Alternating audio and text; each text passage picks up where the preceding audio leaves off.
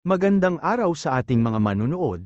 Ang title ng anime sa recap episode na ito ay Date a Bullet. Ito ay istorya ng pakikipagsapalaran ng isang anghel ng Bar-Ilan upang muling makapiling ang kanyang My Honey. Bago ang lahat ay huwag kalimutang mag-subscribe at i-click ang notification bell para updated ka sa swabe nating mga kwentuhan.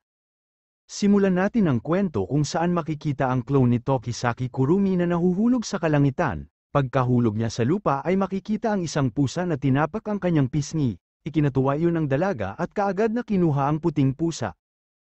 Matapos iyan ay maririnig ang isang boses na nagsabing ang huling kalahok ay dumating na. Ang laro ay magsisimula pagkatapos ng 30 segundo na kung saan isa lamang ang magwawagi.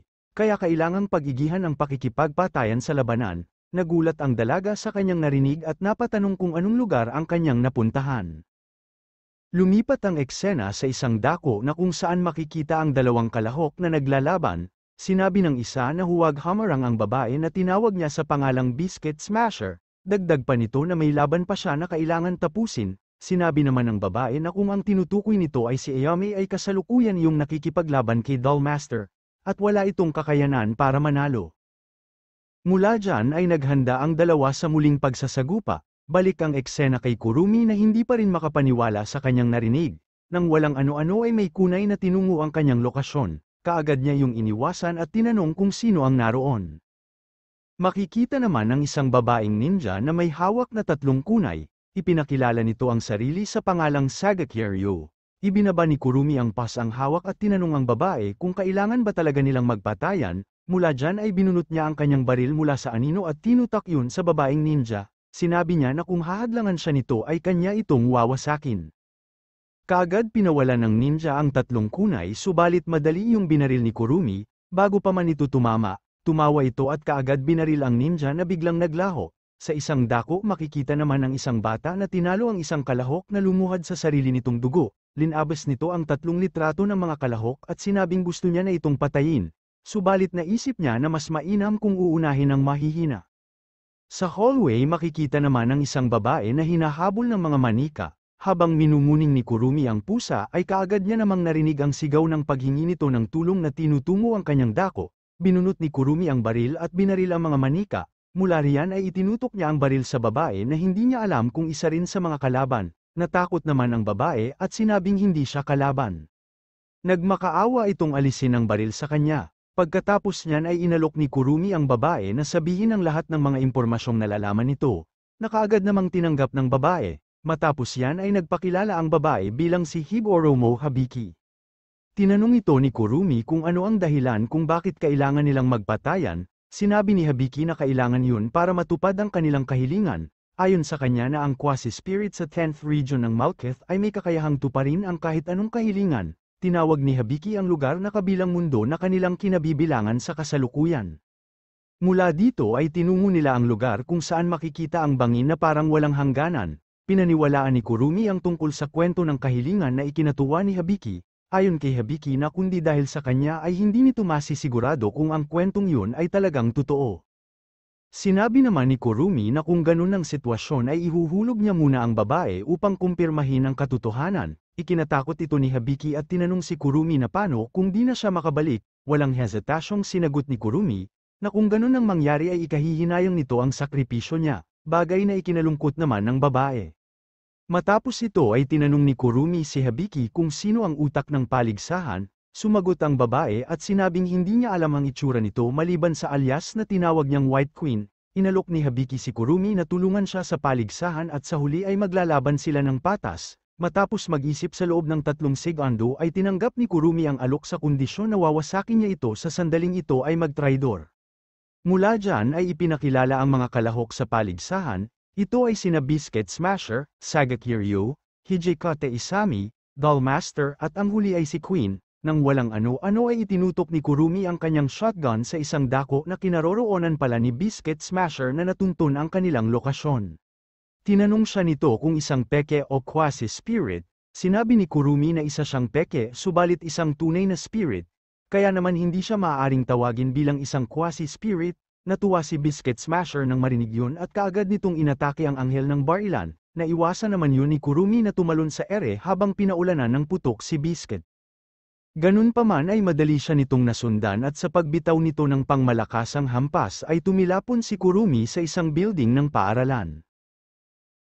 Naisip ni Kurumi na kahit isa siyang spirit ay masyadong limitado ang kanyang kakayanan, nang paglingon naman niya ay tumambad ang mga manika na kinokontrol ni Dollmaster, tinutukan niya ito ng baril na ikinataranta ng bata, sinabi ni Dollmaster na kapag itinuloy nito ang balak ay mamamatay si Hibiki. Matapos ito ay inalok naman siya ng bata na makipag-team up sa nagaganap na paligsahan. Sinabi nito na kumpara kay Hibiki ay mas marami ang tulong na kanyang maibibigay, sabi pa nito na siya ay mas may kakayanan kumpara sa hampas lupang si Hibiki. Ikinatuwa ni Kurumi ang kakyutan ng bata at tinanong ito kung ano ang kanyang kahilingan. Sinabi ng bata na balak niyang gumawa ng isang desyerto para sa mga taong ginagawa niyang manika. Nagpakita man ng interes si Kurumi subalit sinabi nito na kapag gumawa siya ng pangako ay hindi niya yun binabalik. Nang marinig ito ay kaagad inatake ng bata si Kurumi gamit ang mga manika. Madali naman yung napatamaan ni Kurumi gamit ang mga kamay nang lumabas mula sa anino. Nagtanong pa ang bata kung anong kahilingan ang gusto niya habang pinapasugod ang iba pa nitong manika. Mula riyan ay binasek ni Kurumi ang mga manika at sinabing kahit mamatay pa siya ng isa o dalawang beses ay gagawin niya ang lahat upang makita ang kanyang may honey. Dahil rito ay tuluyan niya nang nabuksan ang zapkill habang tumatawa na parang isang taga-sundo. Madali nitong pinatamaan ang mga manika at halata ang pagkagulat sa bata. Pinasugod ni Dollmaster ang natitira nitong manika, at mula dyan ay ginamit ni Kurumi ang Aleph na nagbigay bilis at sinipa ang mga ito. Nagulat ang Dollmaster nang gamitin naman ni Kurumi ang Zayen na humihinto sa oras, nang matamaan nito. Hindi malaman ng bata kung paano si Kurumi nakapunta sa likuran niya, at napatanong na lang ito kung isa siyang spirito gaya ni Queen. Muli namang nagpakita si Biscuit na naging dahilan para makatakas ang bata. Dumating ang dalawa pang kalahok na ikinatuwa ni Kurumi at sinabing mas mapapadali ang pagpatay nito sa kanila.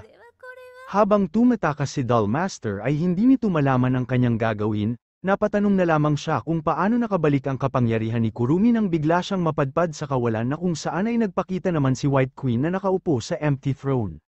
Nagulat ang bata at tinanong si White Queen kung bakit siya naroon, gayong sinabi nito na hindi pa siya sasali sa labanan. Mula dyan ay nagpasalamat si Queen sa bata na ginamit lang pala nito para muling mabuksan ni Kurumi ang kanyang spirit power. Nang marinig ito ay sinubukan ng bata na atakihin si Queen gamit ang huli nitong manika subalit madali siyang tinalo ni Queen nang barilin siya nito sa puso, basic na basic. Nagkaroon ng maikling flashback kung saan ipinapakita si Kurumi na kausap ang kanyang best friend na babae na may pangalang Sawa. Dito na pag-usapan ng dalawa ang tungkol sa isang love letter na ibinigay kay Kurumi. Mapag-aalaman natin na reject ni Kurumi ang nagpadala ng sulat. Sinabi niya na kung ang mag-aalok ng date ay ang kanyang napupusuan ay walang problema. Tinanong naman ito ng kaibigan kung alin ang pipiliin sa kanilang dalawa. Sa huli ay pinili nito ang kaibigan. Nais ipabatid ng flashback ang oras kung saan masaya pang namumuhay ang anghel ng Bar-Ilan bilang tao, bagay na malayong malayo na sa kasalukuyan nitong buhay. Balik sa kasalukuyan kung saan nagtipon ang mga kalahok sa paligsahan, makikita ang sunod-sunod na pag-atake ng lahat ng kalahok sa anghel ng Bar-Ilan. Unang umatake si Biscuit sa tangka nitong hampasin si Kurumi subalit nabaril ni Kurumi ang armas nito na nagpatalsik sa kanya. Sunod na umatake ang Swordmaster na iniwasan naman ni Kurumi. Agad na binaril nito ang kalahok na nasangga naman ni Isami. Pagkatapos ay umatake ang ninja gamit ang kunay nito na madaling naiwasan ng anghel ng Bar-Ilan. Lumipat ang eksena kung saan muling nagsagupa si Biscuit at Isami. Nang akmang sasali na anghel ng Bar-Ilan ay bigla naman itong pinigilan ni Hibiki. Tinanong ito ni Kurumi, "Nabuhay ka pa pala," sa sarkastikong paraan, bagay na ikinalungkot naman nito. Mula dyan ay inatake ng ninja si Hibiki na sinangga naman ni Kurumi gamit ang kanyang baril. Pinaputukan ni Kurumi ang ninja at nadaplisan ang braso nito. Muli niya itong binaril at tumakas na ito ng tuluyan. Makikita sa kabilang dako si Biscuit na nakapagpatama ng atake kay Isami na nagpabagsak dito. Nang makita nito si Kurumi ay sinabihan niya ang anghel ng Bar-Ilan na kung maaari ay mag-antay pa ito ng ilang sandali para sa kanilang laban.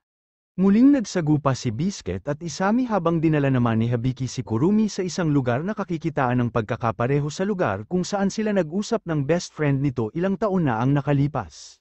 Lumipat ang eksena sa pagsasagupa ni Biscuit at Isami na naglunsad ng huli nilang pag-atake. Dito ay tuluyang tinalo ni Biscuit si Isami, na pinuri ang kanyang kagalingan sa pakikipaglaban. Dumating ang ninja at sinabihan si Biscuit na sasali na si Queen sa paligsahan kaya ang pakikipagpatayan ay wala ng halaga pa.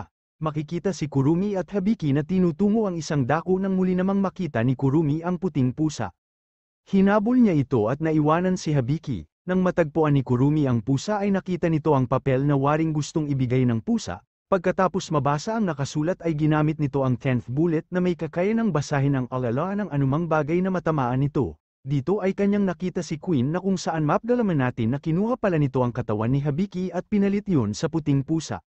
Dahil dyan, kaya naman di siya nagdalawang isip na barilin ang huwad na Habiki sa sandaling inabutan siya nito. Sinubukan pa ni Queen na kumbinsihin si Kurumi subalit sinabi nito na hindi at wala siyang pinagkakatiwalaan maliban sa kanyang intuit ayon.